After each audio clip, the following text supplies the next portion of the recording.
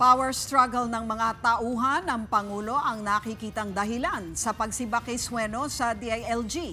Bukod sa mga undersecretary na nawalan ng kapangyarihan, ilang personalidad rin na malapit sa Pangulo ang tumatarget daw sa pwesto ng dating kalihim.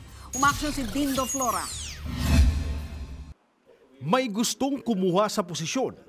Ito ang nakikitang dahilan ni DILG Assistant Secretary at spokesperson RJ Echeverry sa paninira na naging dahilan ng agarang pagkasibak sa pwesto kay dating Secretary Ismael Sueno.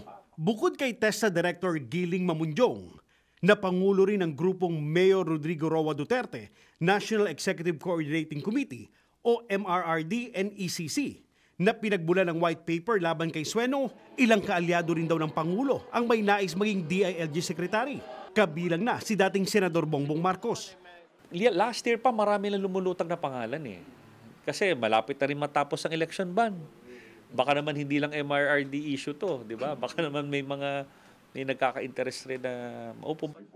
Matapos ang cabinet meeting kagabi, inanunsyo kanina ni Presidential Spokesperson Ernesto Abella na sinibak na ng Pangulo si Sueno dahil sa nawala na ito ng tiwala sa kalihim.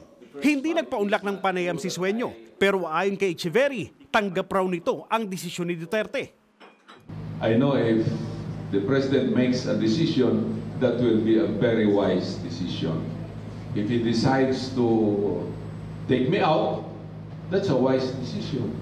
If he appoints somebody, I think it will also be a wise decision. So I serve, as they say, at the pleasure of the President. Bago sinibak ng Pangulo, nakarating sa Malacanang isa umunong confidential memo na nagsusumbong ng mga anomalya ni Sueno. Kabilang ang pag-aari umano nito ng isang hotel at duck farm sa South Cotabato. Pero sa kapatid daw ni Sueno ang sinasabing hotel at matagal na rin kumikita ang duck farm nito.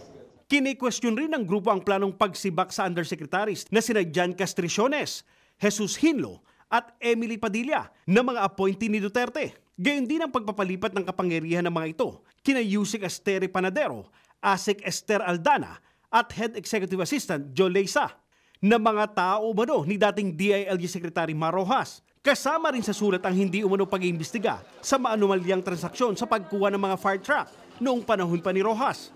Giit ni Echeverry, nadatnan na lamang nila ang issue ng Rosenbauer fire trucks mula sa Austria.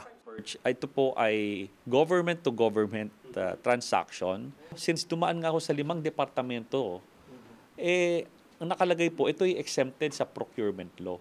Kaya po, ang DILG, walang karapatan, pahinto ang isang bagay na kabilang ang end user. Nasa kamay na rin ng Pangulo ang desisyon kung sisibakin ng 3 opisyal na pawang mga presidential appointee. Umaaksyon. Dindo Flora, News 5.